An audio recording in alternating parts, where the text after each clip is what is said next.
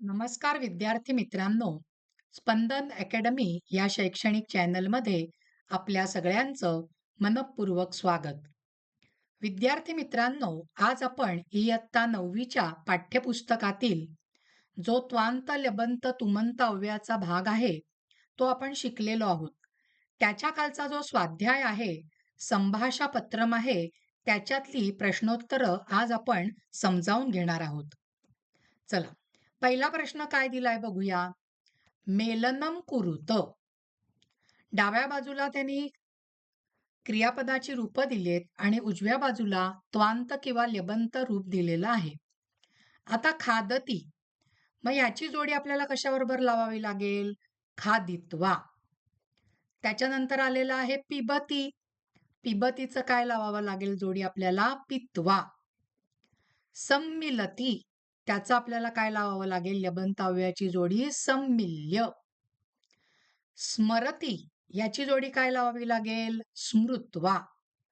आणि प्राप्नोतीची जोडी कशाबरोबर लावावी लागेल? तर प्राप्य. आता प्रश्न क्रमांक 2, गणद्वये लिखत. म्हणजे त्यांनी सांगितलेलं आहे की खाली हे जे आपल्याला शब्द दिलेले आहेत त्याच्यातले त्वांत अव्ययाचे शब्द आपल्याला ओळखायचे आहेत आणि ल्यबंत अव्ययाचे शब्द आपल्याला ओळखायचे आहेत. मग त्वांत अव्ययाचे जे शब्द आहेत ते आधी आपण ओळखून घेऊया. बघा, त्वा शेवटी लागलं असेल तर त्वांत, म्हणजे उक्त्वा त्वांत आलेलं आहे. पूजयित्वा त्वांत आलेलं आहे. त्याच्यानंतर धृत्वा त्वांत आलेलं आहे. धावित्वा त्वांत आलेलं आहे. स्नात्वा त्वांत आलेलं आहे. त्याच्यानंतर हे बघा, सिक्त्वा त्वांत आलेलं आहे. त्याच्यानंतर स्थित्वा त्वांत आलेलं आहे. चलित्वा त्वांत आलेलं आहे. ही सगळी त्वांत अव्ययाची रूपं आपण ओळखली. आता त्यांनी सांगितलेलं आहे ल्यबंत अव्ययाची. मग उरलेली सगळी ल्यबंत अव्ययाची येणार. आपण लाल पेनाने त्याला मार्किंग करूया.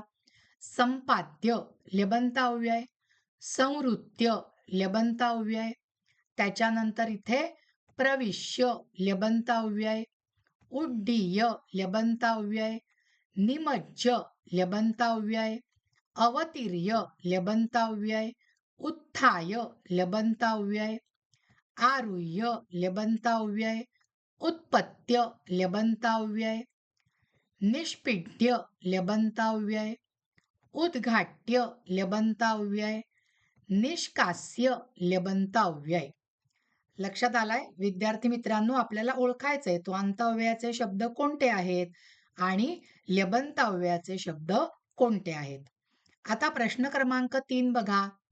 पूर्वकाल वाचकयोः उपयोगम कृत्वा दीर्घम वाक्यम कुरुत. आता हे 3 चित्र दिलेली आहेत. ही गोष्ट लहानपणी तुम्ही ऐकलेली असेल, वाचलेली असेल. बरोबर आहे? त्या माकडाची गोष्ट. बघा बरं, आधी आपण ते समजून घेऊया. मग इथे त्यांनी आपल्याला गाळलेले शब्द भरायला दिलेत आणि उत्तरामध्ये आपण कसं वाक्य बनवलंय बघूया. मर्कटः वृक्षात अवतीर्य, म्हणजे माकड झाडावरून उतरून. पेटिकाम उद्घाट्य, पेटी उघडून. टोपिकाम निष्कास्य, टोपी बाहेर काढून. मस्तके धारयित्वा, मस्तकावर धारण करून. वृक्षम आरोहती, झाडावर चढला. माकड झाडावरून उतरून, पेटी उघडून, टोपी बाहेर काढून, मस्तकावर धारण करून झाडावर चढला. आपण नियम काय बघितलेला तुमच्या लक्षात आहे ना पूर्वकालवाचकाचा?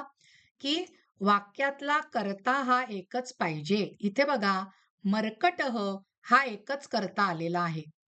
पण कर्त्याने केलेल्या क्रिया एकापेक्षा अधिक पाहिजेत. इथे आहेत अवतीर्य, उद्घाट्य, निष्कास्य, धारयित्वा आणि आरोहती. मग आपला तिसरा नियम काय होता? शेवटच्या क्रियेच्या आधीच्या क्रियांसाठी आपण त्याचं त्वांत किंवा ल्यबंत वापरू शकतो. त्वांत कधी वापरायचं आपण बघितलेलं होतं त्या भागामध्ये, की मूळ धातूला जर का उपसर्ग लागलेला नसेल तर त्याचं काय बनणार आहे? त्वांत. आणि जर का उपसर्ग लागलेला असेल तर काय बनणार आहे? ल्यबंत. चला आता पुढचा प्रश्न बघूया.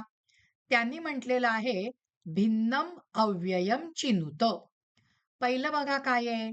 रक्षित्वा त्वांत आहे, उषित्वा त्वांत आहे, उपदिश्य ल्यबंत आहे, उक्त्वा त्वांत आहे. म्हणजे ऑड शब्द कोणता आहे? उपदिश्य. दुसरं बघा, निमंत्र्य ल्यबंत अव्यय आहे, वंदित्वा त्वांत अव्यय आहे, पराजित्य ल्यबंत अव्यय आहे, संभूय ल्यबंत अव्यय आहे. म्हणजे ह्याच्यातला भिन्न शब्द कोणता? वंदित्वा. तिसरं बघा, तीर्त्वा आहे त्वांत, अनुज्ञाय आहे ल्यबंत, सुप्त्वा आहे त्वांत, मत्वा आहे त्वांत. म्हणजे अनुज्ञाय हा भिन्न शब्द आहे, भिन्न अव्यय आहे. गणयित्वा चौथं बघा, गणयित्वा त्वांत, प्रयुध्य ल्यबंत, प्रगाय ल्यबंत आणि अभिसिच्य ल्यबंत. म्हणजे गणयित्वा खाली अंडरलाईन करावी लागेल, तो भिन्न शब्द आहे, भिन्न अव्ययाचा शब्द आहे. आता संभाषपत्रम दुसरं बघा काय आहे? हेत्वर्थकम योजयित्वा संवादम पूरयत. कंसामध्ये जे क्रियापद दिलेलं आहे त्याचं हेत्वर्थक धातू साधित तुमंत अव्यय आपल्याला भरायचं आहे. बघूया बरं. संवाद दिलेला आहे. सिंह म्हणतो, ही पण गोष्ट आपल्याला लहानपणापासून माहिती आहे. सिंह म्हणतो, रे मूषक दंडयामी त्वाम. अरे मूषका, अरे उंदरा, मी तुला दंड करतो, मी तुला शिक्षा करतो. मग मूषक म्हणतो, भो हो. भो म्हणजे अहो. अहम, आता गम दिलेलं आहे त्यांनी या ठिकाणी कंसामध्ये. मग गमचं गंतुम येतं, तुमंत. अहम गंतुम इच्छामी मुंचतू माम. अहो, मला जाण्याची इच्छा आहे, मला सोडून द्या. आता सिंह म्हणतो, किमर्थम मुंचामी, मी तो का बरं तुला सोडून देऊ? अहम निद्रामग्न आसम, मी झोपी गेलेलो होतो, निद्रामग्न झालेलो होतो. त्वया मम निद्राभंग कृतः, आणि तू माझी झोप मोडलीस, माझ्या निद्रेचा भंग केलास. मग आता मूषक काय म्हणतोय? महाराज एकवारम मुंचतू, महाराज एकदा मला सोडून द्या. संकटकाले अहम अपि तव सहाय्यम. आता या ठिकाणी त्यांनी काय दिलेलं आहे? कृ धातू. मग त्याचं काय येणार आहे? तुमंत कर्तुम, जे आपण या ठिकाणी लिहिलेलं आहे. संकटकाले अहम अपि तव सहाय्यम कर्तुम आगच्छामी. तो काय वचन देतोय सिंहाला? मूषक, उंदीर, की जेव्हा कधी तुम्ही संकटात सापडाल तेव्हा मी तुम्हाला मदत करायला येतो. पुढे बघा, परंतु इदानीम मम बांधवान. परंतु आता मात्र माझ्या बांधवांकडे, माझ्या सगळ्या सोयऱ्यांकडे, मित्रांकडे म्हणजे इतर उंदरांबरोबर. आता दृश्य आलंय, दृश्यपश्य. त्याचं काय येतं? तुमंत अव्यय द्रष्टुम. परंतु इदानीम मम बांधवान द्रष्टुम गच्छामी. पण आत्ता मात्र मला माझ्या बांधवांकडे, मित्रांकडे, सगळे सोयऱ्यांकडे जायचं आहे. कृपया मुंचतू, कृपया मला सोडून द्या. पुढचा प्रश्न घेऊया. चतुर्थ पदम लिखत. हा एक नवीन व्याकरणाचा प्रश्न आहे. पहिला प्रश्न मी नीट समजावून देते बघा. आता त्रय धातूचं त्रातुम आलेलं आहे की नाही? मग तिसरं पद गई आहे. मग गईचं काय लिहावं लागेल? त्रातुम सारखं गातुम. लक्षात येतंय तुमच्या विद्यार्थी मित्रांनो? मिलच मेलितुम, मग लिखच लेखितुम. पुढचं बघा, पूजच पूजयितुम, तर कथच काय आलेलं आहे? कथयितुम. हनच हंतुम, मग मनच आलेलं आहे मंतुम. पुढे बघा, लभच आलेलं आहे लब्धुम, मग रभच आपल्याला लिहावं लागेल रब्धुम. बुधच आलेलं आहे बोद्धुम, मग युद्धच लिहावं लागेल योद्धुम. लक्षात येत आहे चतुर्थ पदमचं उत्तर कसं लिहायचं? स्मृच आलं आहे स्मर्तुम, मग कृच आलं आहे कर्तुम. दृश्यच आलं आहे द्रष्टुम, मग स्पृशच लिहावं लागेल स्प्रष्टुम. लक्षात आलेला आहे हा प्रश्न? चला. आता ह्याच्यातला प्रश्न क्रमांक 3. धातोः हेत्वर्थकम् अव्ययम् प्रयुज्य वाक्यं पुनर्लिखत. धातूचं हेत्वर्थक धातुसाधित तुमंत अव्यय योजून वाक्य पुन्हा लिहायचं आहे. मग या पहिल्या वाक्यामध्ये बघा, आधी आपण त्याचं उत्तर बघूया आणि मग त्याचा अर्थ बघूया वाक्याचा. आता खाद धातू आहे, त्याचं तुमंत लिहावं लागणार आहे. इथे आपण लिहिलंय खादितुम, हे उत्तर झालं. म्हणजे उत्तराचं वाक्य काय झालेलं आहे? शृगालः द्राक्षाफलम खादितुम उत्पतती. वाक्याचा अर्थ काय झाला? कोल्हा द्राक्षफळ खाण्यासाठी किंवा द्राक्ष खाण्यासाठी उड्या मारतो. दुसरं वाक्य बघा. या ठिकाणी दुसऱ्या वाक्यामध्ये पा पिब धातू दिलाय. म्हणजेच आपल्याला त्याचं तुमंत लिहावं लागेल पातुम. मग उत्तराचं वाक्य काय झालं विद्यार्थी मित्रांनो? काकः जलम पातुम घटे उपविशती. कावळा पाणी पिण्यासाठी भांड्यावर घटावर बसला. आपल्याला 8वी मध्ये ही गोष्ट संस्कृतमध्ये होती बघा. तिसरं वाक्य. त्याच्यामध्ये कोणता धातू दिलेला आहे? लभ. मग लभचं काय येतं आहे? तुमंत लब्धुम. बरोबर आहे? म्हणजे उत्तराचं वाक्य काय तुम्ही लिहिणार? फक्त तो क्रियापदाचं तुमंत अव्यय टाकायचंय आणि बाकी सगळं वाक्य जसंच्या तसं बरं का विद्यार्थी मित्रांनो. मग उत्तराचं वाक्य काय झालं आपलं? शृगालः मांसखंडम लब्धुम काकस्य स्तुतीम करोति. तो कोल्हा मांसाचा तुकडा मिळवण्यासाठी कावळ्याची स्तुती करत आहे. चौथं वाक्य बघा. चौथ्या वाक्यामध्ये आपल्याला त्यांनी हन हा धातू दिलेला आहे. हन म्हणजे हंतुम. लक्षात येतंय? आता मग आता उत्तराचं काय झालेलं आहे बघा.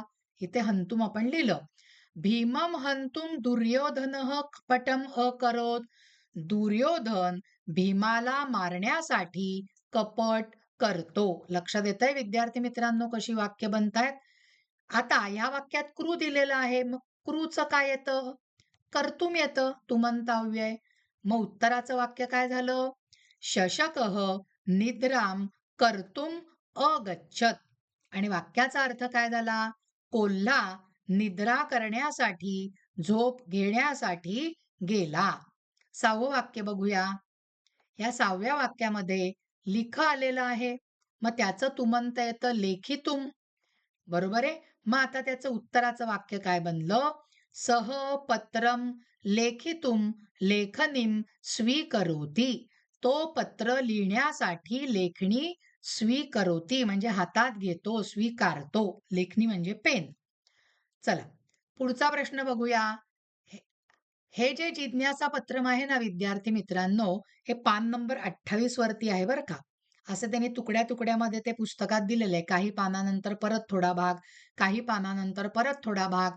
मग त्या सगळ्याची प्रश्नोत्तरं मी एकत्र ह्या आपल्या भागामध्ये केलेली आहेत, की जेणेकरून ह्या प्रश्नांचा तुम्ही सराव केलात, की आपला हा जो व्याकरणाचा भाग आहे, हा भाग तुम्हाला सोपा जाईल. चला, पहिला प्रश्न बघूया. पूर्वकालवाचक धातुसाधित अव्ययानी उपयुज्य वाक्यानी लिखत. शीर्षकाचा अर्थ काय झाला? पूर्वकालवाचक धातुसाधित अव्यय वापरून वाक्य लिहा. आता इथे एक लक्षात ठेवा हा विद्यार्थी मित्रांनो. पूर्वकालवाचक धातुसाधित अव्यय किती शिकलो आपण? 2. हे बघा मागच्या स्लाइडवरच्या काही पीपीटी मी इथे ठेवल्या आहेत. पूर्वकालवाचक धातुसाधित अव्यय दिसतंय. पहिलं त्वांत आहे आणि नंतर ल्यबंत आहे. मग आता त्याने आपल्याला काय विचारलंय? पूर्वकालवाचक धातुसाधित घाला त्या त्या क्रियापदाचं. लक्षात येतंय? म्हणजे एकतर त्वांत घालावं लागेल किंवा ल्यबंत घालावं लागेल. ते कसं ठरेल? ते क्रियापदाकडे बघून ठरेल. बघा, पहिल्या वाक्यामध्ये क्रियापद काय आलेलं आहे? खाद. उपसर्ग लागलाय का खादला? नाही. म्हणजेच आपल्याला खादचं उत्तर काय लिहावं लागणार आहे? या ठिकाणी खादित्वा. आणि मग उत्तराचं वाक्य काय झालं विद्यार्थी मित्रांनो? सह खादित्वा गच्छती. लक्षात येतंय तुमच्या? पुढचं बघा. तो आता दुसऱ्या वाक्यामध्ये त्यांनी काय दिलंय बघा. अनु अधिक श्रू म्हणजे उपसर्ग दिलेला आहे की नाही? बरोबर आहे. मग अनु अधिक सुरूचं ल्यबंत आपल्याला लिहावं लागेल आणि ते येतं अनुसृत्य. उत्तराचं वाक्य काय झालं? आदित्यः गुरुम अनुसृत्य देशांतरम अव्रजत. तिसरं वाक्य बघूया. त्याच्यामध्ये काय दिलेलं आहे बघा, धातूचा शब्द उप अधिक दिश. विसर्ग लागलाय, लागलाय. बरोबर आहे. अधिकचं चिन्ह काढून आधी शब्द असेल तर त्याला उपसर्ग म्हणतात. मग उप अधिक दिशचं आपल्याला लेबंत काय लिहावं लागणार? उपदिश्य. आणि उत्तराचं वाक्य काय झालं? ब्रह्मदेव वाल्मिकीम उपदिश्य अवदत. ब्रह्मदेव वाल्मिकीकडे जाऊन बोलतात. चौथं वाक्य बघूया. चौथ्या वाक्यामध्ये काय धातू दिलाय? स्मृ. उपसर्ग लागलाय का? नाही. म्हणजे स्मृचं काय करावं लागेल इथे? त्वांत करावं लागेल आणि स्मृचं त्वांत येतं स्मृत्वा. आणि उत्तराचं वाक्य झालं भक्तः विष्णुं स्मृत्वा तपश्चरणं करोति. भक्त विष्णूला स्मरून, विष्णूची आठवण करून अभ्यासा तपश्चर्येला प्रारंभ करतो. पाचवं वाक्य बघा. त्याच्यामध्ये त्यांनी काय दिलेलं आहे? धातू ध्याय येतं. बरोबर आहे. मग आता ध्येयचं इथे उपसर्ग लागलेला नाहीये, म्हणजे आपल्याला त्वांत लिहावं लागेल ध्यात्वा. म्हणजे उत्तराचं वाक्य काय झालं? बालकः ईश्वरं ध्यात्वा अभ्यासम प्रारभते. लक्षात आलेलं आहे. 6व्या वाक्यामध्ये बघा बरं. दृश्य धातू आहे म्हणजे उपसर्ग नाहीये. म्हणजे दृश्य पश्यचं आपल्याला त्वांत काय लिहावं लागणार आहे? काय येतं त्याचं त्वांत? दृष्ट्वा. आणि उत्तराचं वाक्य काय झालं? सिंहम दृष्ट्वा मुकुलः भीतः. सिंहाला पाहून मुकुल भ्याला किंवा घाबरला. 7वं वाक्य बघा. त्याच्यामध्ये काय आलेलं आहे? आ अधिक नि म्हणजे उपसर्ग आलेला आहे. म्हणजेच आपल्याला आ अधिक नीचं काय करावं लागेल विद्यार्थी मित्रांनो? आपल्याला लेबंत करावं लागेल आणि ते काय येतं? आनीय.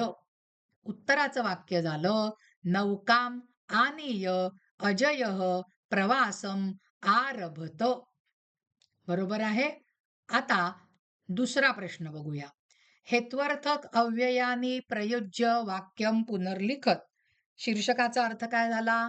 हेत्वर्थक धातुसाधित वापरून वाक्य लिहा. हेत्वर्थक धातुसाधित फक्त तुमंतच असतं.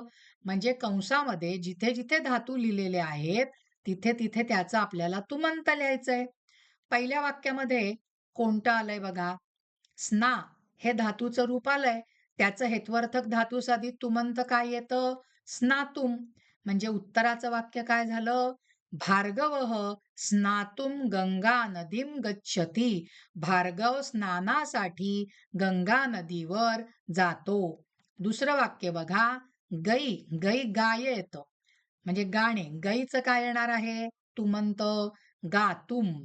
गर्दभः गातुम आरभत रात्रौ. गाढव गाण्यासाठी आरंभ करतो. बरोबर आहे. पुढे बघा. तिसरं. त्याच्यामध्ये त्यांनी काय दिलेलं आहे? लभ. मग लभचं तुमंत काय येतं आहे? लब्धुम. तुम लागलं की नाही? धनम लब्धुम सोमदत्तः महानगरम असरत. आता चौथं वाक्य. प्रच्छ पृच्छ म्हणजे विचारणे. मूळ धातू प्रच्छ. मग त्याचं तुमंत काय येतं? प्रष्टुम. प्रश्नम प्रष्टुम सह धैर्येण अग्रे आगच्छत. प्रश्न विचारण्यासाठी तो धैर्याने पुढे आला. लक्षात येतंय विद्यार्थी मित्रांनो? त्वांत लेबंत तुमंतचे प्रश्न कसे येणार आहेत ते. आता तिसरा शेवटचा प्रश्न. त्वांत लेबंत अव्ययम निष्कासयत. चला. आता पहिल्या वाक्यामध्ये आधी त्वांत आलंय का लेबंत आलंय हे शोधलं. काय मिळालं आपल्याला? स्मृत्वा. नियम लक्षात ठेवा कसं बदलायचंय. मग स्मृत्वा आलं. मग त्या स्मृत्वाचा मूळ धातू काय आला विद्यार्थी मित्रांनो? स्मृ स्मर. बरोबर आहे. मग आता त्याचा आपल्याला लकारातलं रूप लिहायचंय. मग ते लिहायचं असेल, तर ह्या वाक्यामध्ये जे लकाराचं रूप आलेला धातू आहे ना, त्याच्यावर लक्ष द्यायचं. तो धातू कोणता आलाय? गायती. म्हणजेच काय झालं रूप ते? लट लकार, प्रथम पुरुष, एकवचन.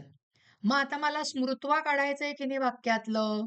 मग स्मृ स्मर या धातूचं मला गायतीसारखं लट लकार प्रथम पुरुष एकवचन वापरावं लागतं. हा नियम आहे. म्हणून आपण इथे उत्तरात काय लिहिलं? स्मरती. म्हणजे आपण काय करतोय तुम्हाला लक्षात येतंय का? त्वांत लेबंतचं वाक्याचं रूपांतर आपण मूळ वाक्यामध्ये करतोय. तुम्हाला आठवत असेल तर हा भाग शिकताना पान नंबर 7 वरचं वाक्य आपण घेतलेलं. कोणतं वाक्य होतं तुम्हाला आठवतंय का? बालकः पुस्तकं पठती पाठशालां गच्छती च. हे वाक्य आपण समजावून घेतलेलं होतं. असं मूळ वाक्य इथे बनवायचंय. मग 2च नियम तुम्ही लक्षात ठेवायचे, की ह्या वाक्यामध्ये जे दुसरं क्रियापद आलंय, त्याचा जो लकार, त्याचा जो वचनाचा भाग, त्याचा जो पुरुष, तोच आपण जे स्मृ किंवा आपण जो त्वांत लबंतचा शब्द काढणार आहोत ना, त्याचं करायचं. मग स्मृ स्मरचं लटलकार प्रथम पुरुष एकवचन काय येतं? स्मरती. आणि आता मूळ वाक्य करायचं आहे, म्हणून वाक्याच्या शेवटी च घालायचा. कारण स्मरती आणि गायती ह्या 2 क्रियांना ह्या वाक्यामध्ये त्वांत अव्ययाने जोडलेलं म्हणून च घालण्याची गरज नव्हती. पण आता त्वांत काढून टाकतोय, त्याचं प्लेन रूप बनवतोय, तर आपल्याला आठवणीने इथे वाक्याच्या शेवटी च घालावं लागतं मूळ वाक्य बनवताना. लक्षात येतंय? हे वाक्य सगळ्यांना कळलेलं आहे. चला, आता दुसरं वाक्य बघूया. त्या वाक्यामध्ये इथे ल्यबंत आलेलं आहे बघा, उत्थाय. बरोबर आहे. मग उत्थायाचं मूळ मूळ रूपाचं कोणतं रूप लिहायचं? तर वाक्यामध्ये दुसरं आलेलं रूप काय आहे? अगच्छत. अगच्छत म्हणजे काय झालं? लंग लकार, प्रथम पुरुष, एकवचन. मग उत्थाय काढून मूळ धातूचं आपण उत अधिक स्थातिष्ठ असा तो मूळ धातू येतो. त्याचं लंगलकार प्रथम पुरुष एकवचन काय येणार आहे? उत्तिष्ठत. आणि वाक्याच्या शेवटी मला काय घालायचं आहे? च. म्हणजे उत्तराचं वाक्य काय बनलं? सुवर्णा प्रातः उदतिष्ठत ग्रामम अगच्छत च. तिसरं वाक्य बघूया. छात्राहाचं. त्याच्यामध्ये बघा लिखित्व आलेलं आहे त्वांत. मग मूळ धातू काय? लिख. हा लक्षात ठेवा. आणि वाक्यात आलेला दुसरा धातू काय आहे? स्मरंती. स्मरंती म्हणजे काय झालं? लट लकार, प्रथम पुरुष, बहुवचन. मग आता मला लिखित्वा काढून मूळ धातू लिख आहे, त्याचं काय करावं लागेल? लट लकार, प्रथम पुरुष, बहुवचन आणि ते येतं लिखंती. आणि वाक्याच्या शेवटी मला द्यायचा आहे च. उत्तराचं वाक्य बनलं विद्यार्थी मित्रांनो, छात्राः उत्तरम लिखन्ति स्मरन्ति च. पुढचं वाक्य काय आहे बघा. त्याच्यामध्ये काय आलंय? पित्वा. त्वांत आलंय. मूळ धातू लक्षात ठेवा. पा, पिब. बरोबर आहे? त्याचं पित्वा हे त्वांत आलंय. मग या वाक्यामध्ये दुसरा धातू काय आलाय? खादतू. खादतू म्हणजे काय झालं? लोट लकार. मग पा पिबचं पण मला काय करावं लागेल? लोट लकार करावं लागेल. पुरुष आणि वचन खादतू सारखं. म्हणून इथे पिबतू आलं आणि वाक्याच्या शेवटी च. उत्तराचं वाक्य झालं राधा दुग्धम पिबतू फलम खादतू च. कळतंय तुम्हाला? अशीच वाक्य विद्यार्थी मित्रांनो तुम्हाला इयत्ता 10वी मध्ये आहेत बरं का. सेम असंच त्वांत लेबंत अव्ययम निष्कासयत ह्या शीर्षकाखाली येतात. आता 5व्या वाक्यामध्ये विरचय्य हे लबंत आलेलं आहे. वि अधिक रच धातू आहे. मग गायेत सारखं आपल्याला विद्यार्थी रूप आलेलं आहे विधिलिंग लकाराचं. म्हणजे विरचय्य वि अधिक रचचं मला काय करावं लागेल? विरचयेत. आणि वाक्याच्या शेवटी मला लिहावं लागेल च. उत्तराचं वाक्य काय बनलं? कविही काव्यम विरचयेत गायेत च. तुमच्या लक्षात आलेलं आहे. आणि ही रूप पाठ करण्यासाठी मी मागच्या व्हिडिओमध्ये जेव्हा ह्याचं स्पष्टीकरण करणारा व्हिडिओ आपण टाकलेला होता त्वांत लेबंत तुमंतचा, तेव्हा आपल्या पुस्तकातला हा जो चार्ट आहे त्याबद्दल पण सांगितलेलं होतं, की अधनं-मधनं तुम्ही हा चार्ट वाचा. म्हणजे तुम्हाला वाक्य सोडवताना त्याचा जास्तीत जास्त उपयोग होईल.